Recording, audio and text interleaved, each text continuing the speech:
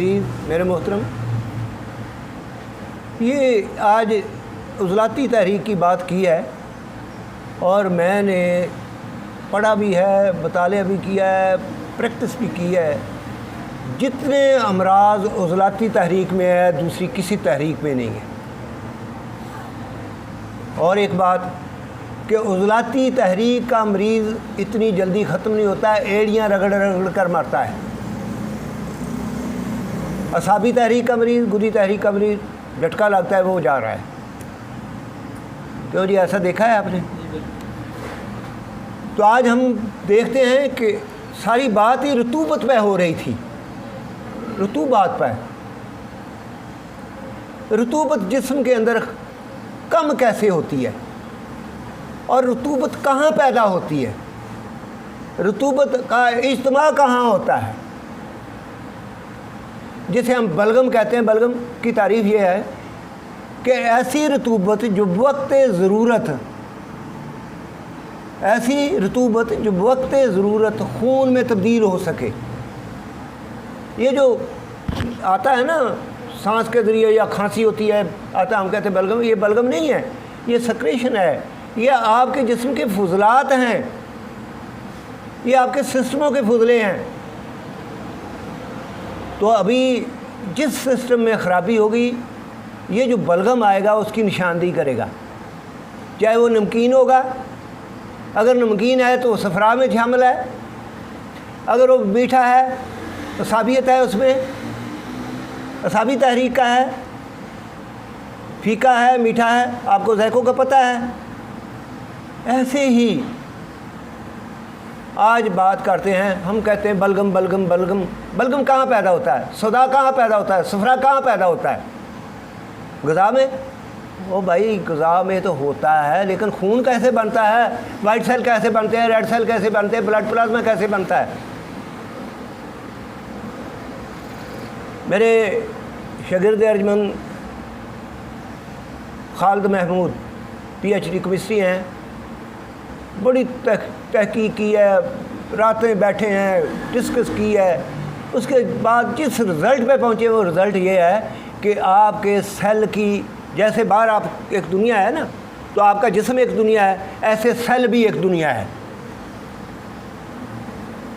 Cell में असाब भी हैं, उज़लात भी हैं, गुदत भी हैं। वो कैसे? बात यह है कि जब खून कैसे पैदा होता है। सब कहते हैं कि बोन मैरो जो है ना खून में चेंज होता है, और करवाता कौन है उसको? बोन मैरो को करवाता कौन है? आपके जिस्म के अंदर खून पैदा करने के लिए 4 चीज़ें अहम हैं। ग़िज़ा से तो बनता है, लेकिन 4 चीज़ें अहम हैं। पहली चीज़ क्या है? आपका तहाल, गुद्दे जाज़बा, इसका भी बड़ा रोल है। दूसरा जिगर, तीसरा किडनी, चौथा थाइमस ग्लैंड। ये जो है ये हार्मोन पैदा करते हैं, और हार्मोन कहाँ जाते हैं? बोन मैरो में। वहाँ सिग्नल जाता है, और वहाँ पे आपका स्टेम सेल जो बेसिक सेल है वो वहाँ होता है। उसने अपने जैसे हज़ारों के हिसाब से पैदा किए होते हैं, हज़ारों के हिसाब से सेल बनते हैं वहाँ, लेकिन वो ऐसे होता है जैसे तख्ता से आज जो मर्ज़ी लिख लो। अभी उनका जो सिग्नल जाते हैं, हम कहते हैं कि जो सेल की दीवारें हैं ये तो सारी की सारी प्रोटीन की बनी होती हैं। प्रोटीन होता है, उज़लाती होते हैं। तो सारे के सारे सेल में हम फ़र्क कैसे करेंगे कि उज़लाती कौन सा है, गुदी कौन सा है, असाबी कौन सा है? इसके लिए एक पैमाना है, जैसे आप pH कहते हैं ना, खून की pH, ऐसे ही एक पैमाना pKa। ये जो आपके अमीनो एसिड हैं उन्होंने बनाना होता है, सेल उनसे बनते हैं। जो बैरूनी दीवार होती है, या सेल मेम्ब्रेन कहते हैं आप उसे, वो किस चीज़ की बनी होती है? प्रोटीन की। प्रोटीन क्या है? गोश्त, उज़लात। वो उज़लाती है, उसमें सुराख होते हैं। उसके बाद जो चीज़ आती है वो क्या होता है? साइटोप्लाज्मा या प्रोटोप्लाज्मा। ये वो रतूबत है जो सेल के लिए ज़िंदगी का पैगाम देती है। ये नर्वस सिस्टम के लिए असाबी है, ये सेल के अंदर ये असाबी है। फिर डीएनए है, मरकज़ा है, मरकज़े के इर्द गिर्द भी मेम्ब्रेन है। वो इतनी बारीक है और इतने वो है कि अगर उसके जो अंदर इस्तेहाले होते हैं, जो मेटाबॉलिज्म होते हैं उस मेम्ब्रेन के अंदर, अगर पाकिस्तान में उसके कारखाने लगाए जाए तो पूरा पाकिस्तान उनके कारखानों से भर जाए, इतने मेटाबॉलिज्म होते हैं सेल के अंदर। फिर चलते हैं कि डीएनए आरएनए जो है ये मरकज़ा है, मरकज़े के अंदर ये दिमाग है। वहाँ से जितने भी सेल जाते हैं, किसी के साथ इश्तराक करना है, पहलू पे पहलू बनाना है, नोकदार नोक बनाना है, वो सेल को आर्डर देते हैं। और वो आर्डर किसके थ्रू जाता है? प्रोटोप्लाज्मा के ज़रिए, साइटोप्लाज्मा के ज़रिए। जैसे आप कहते हैं कि हमारे आर्डर जो है ना सुराग हुक्म रसां साहब और ख़बर रसां साहब, उनको पता चलता है कि कौन सी चीज़ कहाँ ख़त्म हो गई है, आपने किसके साथ इल्हाक़ करना है। उसके बाद बैरूनी मरकज़े के अंदर एक और चीज़ होती है, किसी भी मेटाबॉलिज्म के लिए हरारत ज़रूरी है। आपने कहा था ना क़ुव्वत और हरारत चाहिए, तो हरारत ज़रूरी है। माइटोकॉन्ड्रिया जो है वो हरारत का मंबा है। अगर वो ना जिस्म के अंदर हो, किसी सेल के अंदर वो काम करना छोड़ दे, वो काम, तो सेल के अंदर इंतहाई सर्दी पैदा हो जाती है। वो हरारत देता है मेटाबॉलिज्म के लिए, इस्तेहाला के लिए। आप उसे गुदी कह सकते हैं, गुदद कह सकते हैं। अभी तीन चीज़ें होगी। दीवारें किस चीज़ की होगी? उज़लात की। अंदर जो रतूबात हैं वो क्या है? प्रोटोप्लाज्मा है, असाब हैं, और उसके बाद माइटोकॉन्ड्रिया है, वो क्या है? गुदद हैं। यहाँ से नज़रिया शुरू होता है। ये है नैनो टेक्नोलॉजी जो साबर साहब ने बयान की है। अभी चलते हैं हम कि सेल, जब माँ के पेट में बच्चा होता है तो खून कहाँ बनता है? उसका तो जिगर काम नहीं कर रहा होता,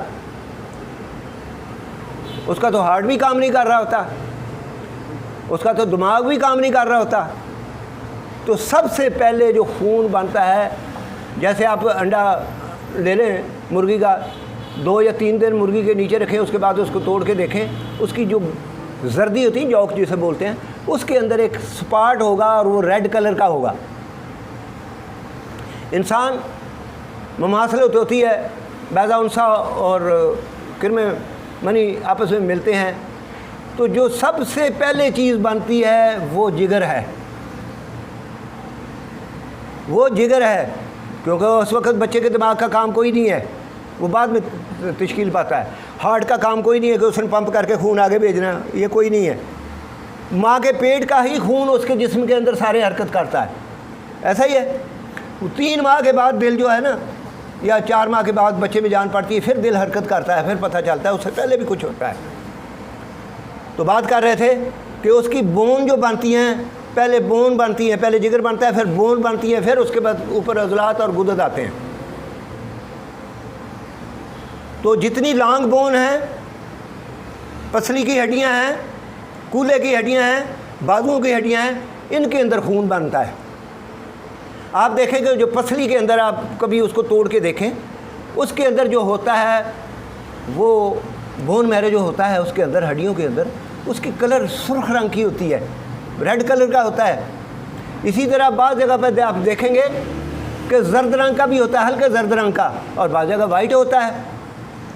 तो ये ब्लड प्लाज्मा जो है, ये जो प्रोटोप्लाज्मा है, या ये सेल के अंदर जब बनता है, इसको आर्डर जो देना है, वो सिग्नल जो जाने हैं वो गुदद के ज़रिए जाने हैं। गुदद ने जाकर, गुदद के जो जाने हैं, इसका मैं अभी तजिया करता हूँ, जिसके किडनी फेलियर हो जाए उसका HP डाउन हो जाता है, जिसका तहाल बढ़ जाए उसका HP डाउन हो जाता है,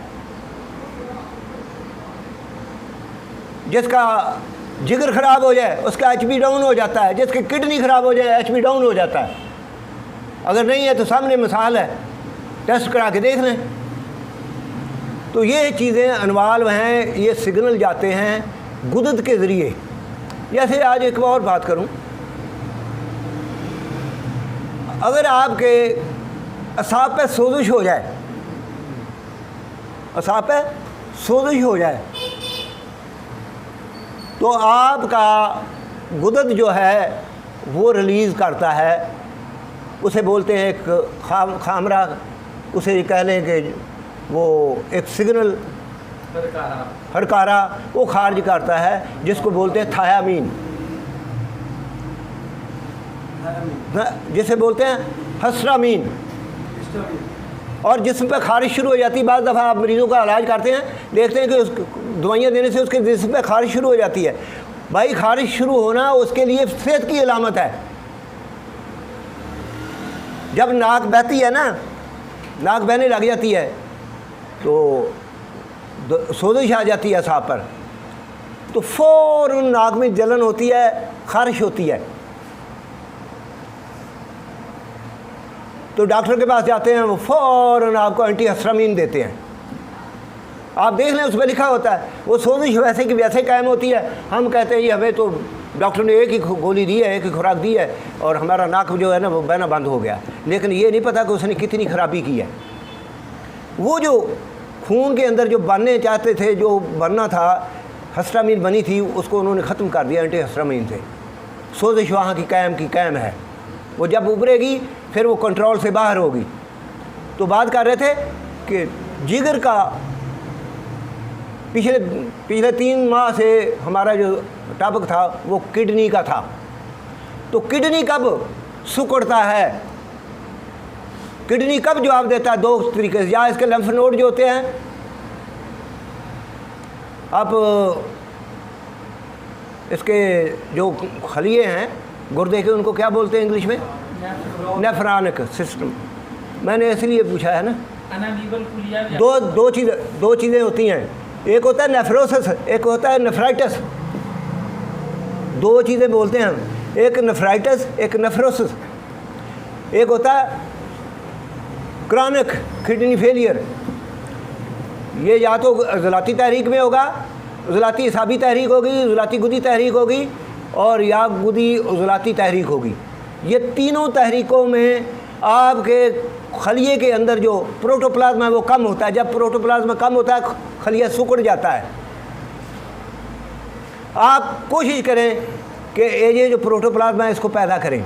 उस वक्त खून के अंदर प्रोटीन भी आ रही होती है, पेशाब के अंदर यूरिया भी बढ़ा होता है, क्रेटिनिन भी बड़ी होती है, और HB भी डाउन हो गई होती है, और उसके किडनी फेलियर के भी अलामत आ रही होती हैं।